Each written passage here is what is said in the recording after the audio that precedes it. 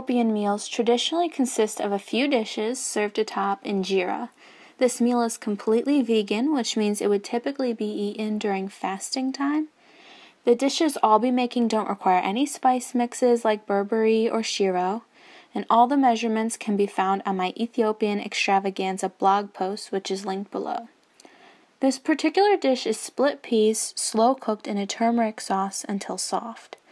I don't normally cook with garlic or onions, but they are very common in the Ethiopian flavor profile, so I will be using half an onion for this dish. Basically, you just cook this with the spices and add it to the lentils as they simmer for 40 minutes. The dish I'm making now is a simple yet incredibly flavorful cabbage stew, which consists of carrots, potatoes, and yeah, you guessed it, cabbage, plus the other half of our onion with a few spices. Traditionally, this would be made with green cabbage, but purple is all I have, and it adds a lovely color to the mix. Fine dice the cabbage, and then add it to a non-stick pan with a little vegetable broth to steam for 5 minutes. Wash the potatoes and remove any blemishes. Slicing them for this dish is kind of a unique process. It's a little like making very thin fries, but not as long. I cut them 4 times length and widthwise, and then in half. This is what they should look like after you've made your cuts.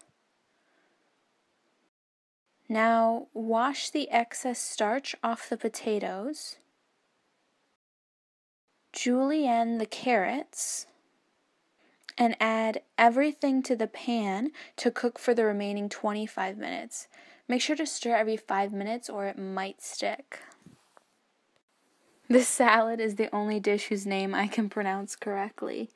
It has a potent, clean flavor from the mix of earthy beets, sour citrus, and spicy pepper.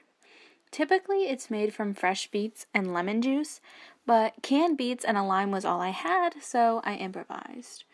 You can buy shredded beets, but I had to chop mine. I used the whole can, half a lime, and 2 inches of minced serrano pepper, which stood in for jalapeno. This only requires 5 minutes on a low heat before it's done. And here's la pièce de résistance, injera, the classic fermented teff flatbread that serves as both plate and utensil. It's made from the smallest grain in the world, teff. It has a delicious nutty taste and a grassy smell when wet. I'm making the flour fresh because it's cheaper and tastier. I love this little $10 coffee grinder I got at Meijer. Some people add all-purpose flour to the mix if they don't like the taste of plain teff, but I love it, and it's so healthy it'd be a shame to use standard flour. Which, by the way, teff is gluten-free. Fermented breads are also much healthier than those which contain yeast, which has a negative impact on the digestive system. After grinding the teff, all you need to do is whisk it together with water and cover. Then let it sit in a warm place for at least 24 hours. Now that it looks like a brain, it's time to add a little water and whisk. Be careful not to inhale too much when you first uncover the batter, because I got really lightheaded.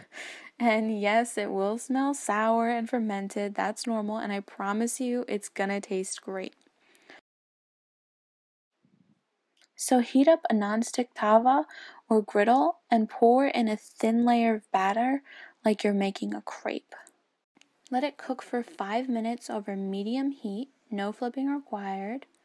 Also, adding a lid over top can help the steaming process take place. And yes, you're probably going to have to sacrifice your first one to the injera gods. So here are the finished flatbreads. As they came off the griddle, I put a sheet of wax paper between them to prevent sticking. They seem sturdy and smell great, so I'm really excited to eat. Everything is almost ready. A soft texture is desirable when eating with the injera as your utensil.